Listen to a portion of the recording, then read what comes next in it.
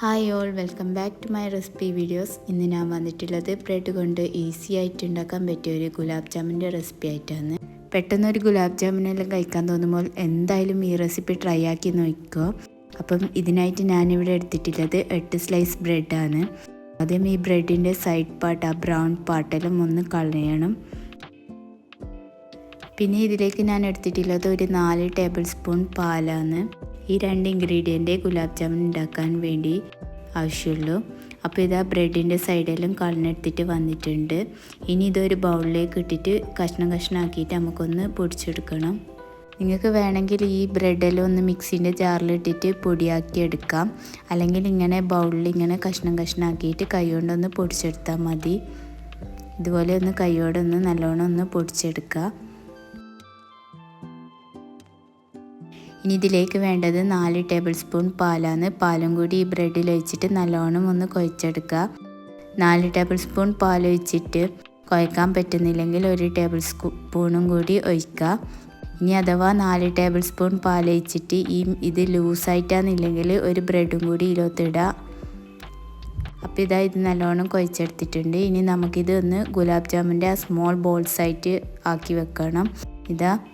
ഇതിൽ നിന്നും ചെറിയൊരു പോർഷൻ എടുത്തിട്ട് ഇതുപോലെ ബോളാക്കിയിട്ട് കൈകൊണ്ട് നല്ലോണം പ്രസ് ചെയ്തിട്ട് വേണം ആക്കാൻ, അല്ലെങ്കിൽ കീറൽ വരും. അപ്പോൾ കൈകൊണ്ട് നല്ലോണം പ്രസ് ചെയ്തിട്ട് വേണം ഇത് ബോളാക്കിയിട്ട് എടുക്കാൻ. അങ്ങനെ ഇവിടെ ഒരു ബോൾ റെഡി ആയിട്ടുണ്ട്. ബോളാക്കുമ്പോൾ കുറച്ച് ചെറിയ ബോൾ തന്നെ ആക്കാൻ നോക്കുക. ഇത് കുറച്ച് വലുതായിട്ടുണ്ട്.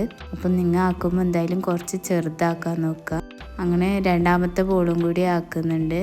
ഇതുപോലെ എല്ലാ ബോളും നമുക്ക് ആക്കി വെക്കാം.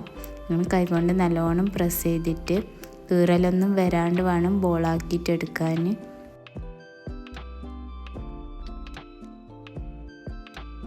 അപ്പോൾ എല്ലാ ബോളും ഇവിടെ റെഡി ആയിട്ടുണ്ട്. എനിക്കിവിടെ 11 ബോളാണ് കിട്ടിയത്. കുറച്ച് ചെറുതാക്കുമ്പോൾ അതിനെക്കാട്ടി കൂടുതൽ കിട്ടും.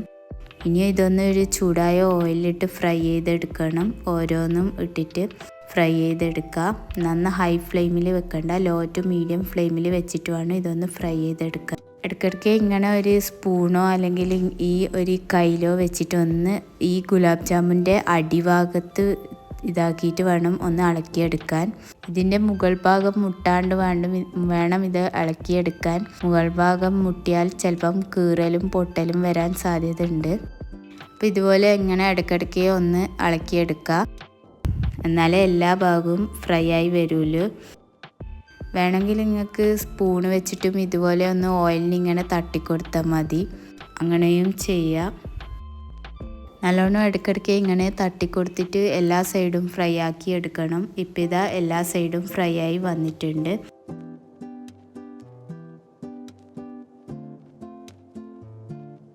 ഇനി നമുക്കിതൊന്ന് അരിപ്പക്കൈയിലെടുത്തിട്ട് കോരിയെടുക്കാം.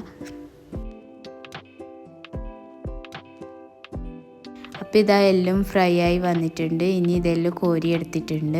ഇനി ഇത് മാറ്റി വെച്ചിട്ട് നമുക്ക് ഷുഗർ സിറപ്പ് ഉണ്ടാക്കാനും വേണ്ടി പോകാം. ഷുഗർ സിറപ്പ് ഉണ്ടാക്കാൻ വേണ്ടിയിട്ട് ഒരു പാനിലേക്ക് 3/4 കപ്പ് ഷുഗറും 3/4 കപ്പ് വെള്ളവുമാണ് ഒഴിച്ചു കൊടുക്കുന്നത്.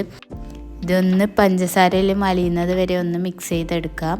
പഞ്ചസാരയിൽ അലിഞ്ഞ് ഇതൊന്ന് തിളച്ച് വരുമ്പോൾ ഇതിലേക്ക് ഒരു 3 ഏലക്ക ഇതുപോലെ പൊട്ടിച്ചിട്ട് ഇട്ടുകൊടുക്കുക. ഏലക്കായും കൂടി ഇട്ടിട്ട് നല്ലോണം ഒന്ന് ഒരു 2-3 മിനിറ്റ് ഇതൊന്ന് തിളപ്പിച്ചെടുക്കണം. ഇത് ജസ്റ്റ് ഒന്ന് തിക്കായാൽ മതി, ഈ നൂൽപ്പരുവം ആവണമെന്നൊന്നുമില്ല. അപ്പം ഷുഗർ സിറപ്പ് ഇവിടെ റെഡി ആയിട്ടുണ്ട്. ഇനി ഈ ഫ്ലെയിം ഓഫ് ആക്കിയിട്ട് നമ്മൾ ഫ്രൈ ചെയ്ത് വെച്ച ആ ബ്രെഡിൻ്റെ ബോൾസും ഇതിലോട്ട് ഇട്ട് കൊടുക്കുക. ഗുലാബ് ജാമുൻ ഇവിടെ റെഡി ആയിട്ടുണ്ട്. ഇനി ഇതൊന്ന് 1-2 മണിക്കൂർ ഈ ഷുഗർ സിറപ്പിൽ ഗുലാബ് ജാമുൻ മുങ്ങാൻ വെക്കണം. എത്ര ടൈം വെക്കുന്നോ അത്രോളം അത് സോഫ്റ്റായി അതിൽ സിറപ്പ് പിടിക്കുകയും ചെയ്യും. 2 മണിക്കൂർ കഴിഞ്ഞിട്ട് ഞാൻ എടുത്തു നോക്കിയിട്ടുണ്ട്. നല്ല ടേസ്റ്റുള്ള ഗുലാബ് ജാമുനാണ് ഇത്. എന്തായാലും ട്രൈ ആക്കി നോക്കിയോ. നല്ല സോഫ്റ്റിൽ തന്നെ ഇത് കിട്ടിയിട്ടുണ്ട്. പെട്ടെന്നൊരു ഗുലാബ് ജാമുൻ കഴിക്കാൻ തോന്നുമ്പോൾ എന്തായാലും ഉണ്ടാക്കി നോക്കിക്കോ. അപ്പം നിങ്ങൾക്ക് ഈ റെസിപ്പി ഇഷ്ടമാവുന്നെന്ന് പ്രതീക്ഷിക്കുന്നു. വീഡിയോ ഇഷ്ടമായെങ്കിൽ ലൈക്ക് ചെയ്ത് സബ്സ്ക്രൈബ് ചെയ്യുക. മറ്റൊരു വീഡിയോയുമായി വീണ്ടും വരുന്നത് വരെ ബൈ.